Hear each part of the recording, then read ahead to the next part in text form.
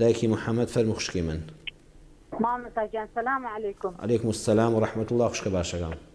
زۆر مەمنونم دەستخۆشی لەو برا بە ڕێزەشەکەم کە تەلەفۆنەکەی بە وەرگرتم. خوای گەورە پاداشتی بەخێرە باتەوە مامۆستا گیان. بە ناوی ئەویش و خۆشمەوە سواز بۆ دایکی محەممەد خوشکە باشەکەم خوا پاداشی جەنابیش زۆر بداتەوە. مەمنونم مامۆستا گیان بە ڕێزی مامۆستا گیان من پرسیارێکم هەیە. پرسیارەکە بکە دایکی من.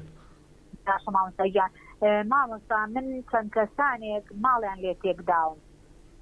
ماڵیان لێ تێکداوم زۆر دوعا ئەەکەم. زۆر دوعا لەو کەسانە ئەەکەم ئایا من تاواندارە بم مامۆستا؟ یعنی چۆن ماڵیان تێکبوونە خۆ کاری جیابوونەوەی جەناب تو هاوسەرت؟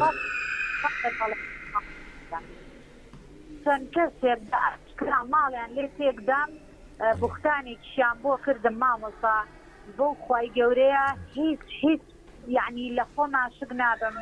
ئەو کەسەشیان هێنایە بەرەو ڕوو کەوا ئێمە سوێنی یاسایی بخۆین ئەو کەسەی بەرامبەر بە من کە بوختانەکەی تێر مامۆستا ئامادە نەبوو ئەو سوێنەکە بخوا ئەوە ئێمە لێسری جیابووینەوە لەگەڵ مێردەکەمە. بەداخەوە مێردەکەشت مادام کەسەکە ئامادەی تێدانە بۆ دیارەوە بوختانە دیارەوە درۆیە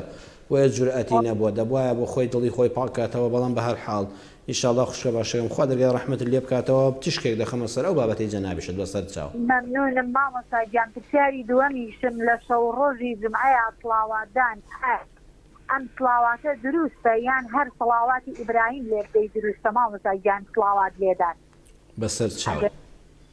خۆش بێگە لێ مەمنونم خوای گەورە پاداشت خوا لە ڕازی بێ دایکی محەممەد خوشکە باشەکەم. مەمنونم چاوەکەم. خوا لە ڕازی بێ خوا سەر چاومدا دەگیان خوا لەگەڵ بێ خوشکە باشەکەم. دایکی محەممەد ئەڵێ ماڵیان لێ تێکداوم بەداخەوە بوختانیان بۆ کردم کەسەکەش لە ڕووی یاساییەوە نەهات بەرەو ڕوون بێتەوە بەداخەوە دەبایە وەکو عەرزم کردی لەو وڵامەکاندا دایکی محەممەد دەبایە هاوسەری بەڕێزی شت زانی ئەمە بوختانە دڵی گەورەتر بوویایە بوختان بۆ ئافرەتانی داوێن پاک دەکرێت لە سوورەتی ئەننووردا کە ئێمە هەموو جا قورئان دەخوێنینەوە خوای پەروەردگار باسی ئەومان بۆ دەکات دایە عائیشە بوختانی هەرە گەورەی پێکرا ئەو بوختانەی کە لە ماڵی پێغەمبەر صلی الله علیه وسلم کرا بۆ دایکی ئیمانداران بۆ کچی ئەبوبەکری سدیق بۆ خێزانی پێغەمبەر صلی الله علیه وسلم پاکترین ئافرەتی سەر زەوی خاتو عائیشە چه بوختانێکی گەورەی بۆ کرا ئەمە دڵخۆشیە بۆ تۆ دایکی محەممەد یعنی دایکانی ئیماندار خێزانی پێغەمبەری خوا صلی الله علیه وسلم ئەو بوختانە گەورەی بۆ کرا بوختانەکە وا ڕازێنرابەوە هەتا قورئان نەهات پێغەمبەر صلی الله علیه وسلم دڵی ئیسلاحەتی نەکرد ئەو پێغەمبەرە پایە بەرزە دڵ پاکە بوختان زۆر قورسە بۆ یەکێکە لە تاوانە هەرە گەورەکان لە سەبعی موبقاتە حەوت تاوانی زۆر گەورە هەن لە دوای شرک و قەتڵ و زینا وقصف المحسنات الغافلات ئەو کەسانی کە ئافرەتێکی بە ئەخلاق و بەڕێز وەکو دایکی محەممەد بە ناحەق بوختانی بۆ دەکەن و ماڵی تێک دەدەن ئەوە تۆ ئەوەندە خۆتیان پێوە ماندوو مەکە جمعەی وتاری ڕابردووش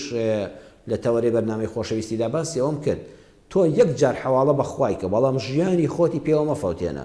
ئینشاءالله بڵێ یا ڕەبی خوای پەروەردگار قەرەبووی خێرم بۆ بکەیەوە یا ڕەبی خوای دنیا هەر تێدەپەڕێ قیامەتم ئاوەدانکەی بەهەشتم بە نسیب بکەی پەروەردگارە ئەو کەسانش کە ماڵیان لێ تێکدام هەموو ڕۆژی ئەم دوعای پێویست ناکەی یەک جار یا ڕەبی خوای سپاردم بە تۆ خوای گیان تۆ ئەحکەم الحاکمینی تۆ ئەعدەل العادلینی تۆ مسقال الذەرە ڕەستەم قبوڵ ناکەی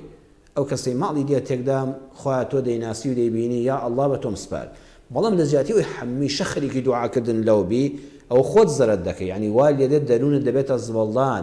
ماڵوێرانی تر دەبی دەروونت تووشی نەخۆشی دەبێت لە زیاتیەوە ذکر بکە لە زیاتی بڵێ سوبحان الله بڵێ الحەمدولله سڵاوات لێ بدە ئینشاءالله تعالی بە ئیزنی خوای گەورە خوا قەرەبووی خێرت لە دنیا و لە قیامەتە دایکی محەممەد بۆ دەکاتەوە و ئەو کەسانش کە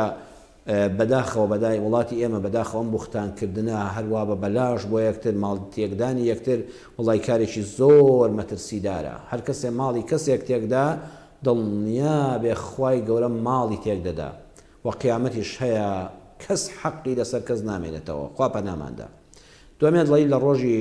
شەو ڕۆژی جمعەدا سەڵاواتی ئیبراهیمی بەڵێ ئەو باشترین سەڵاواتەکە کە لەگەڵ دڵی كما صليت على إبراهيم وعلى آل إبراهيم وبارك على محمد وعلى آل محمد كما باركت على إبراهيم وعلى آل إبراهيم في العالمين إنك حميد مجيد أجر أما بغي أما الصلاوات هذه تيرو توا والله أنتوا تيصد صلاة اللي يبدي هزار صلاة اللي يبدي لو أشياء أود بيدولو دريج به أتواني دا الصلاوات يكي أوليان صلاوات إبراهيمية دا دەسەڵاواتی کۆتاییشیان هەر سەڵاواتی ئیبراهیمی کە ما سەڵێتی لەگەڵ بڵێ بەڵام ئەوەی تری کە زانیت کاتەکەت بەدەستەوە نیە ژمارەکان وەکو پێویست بۆن ناکرێ ئالۆ کاتەدا اللهم صل على سيدنا محمد وعلى آله وصحبه وسلم اللهم صل على حبيبنا محمد وعلى آله وصحبه وسلم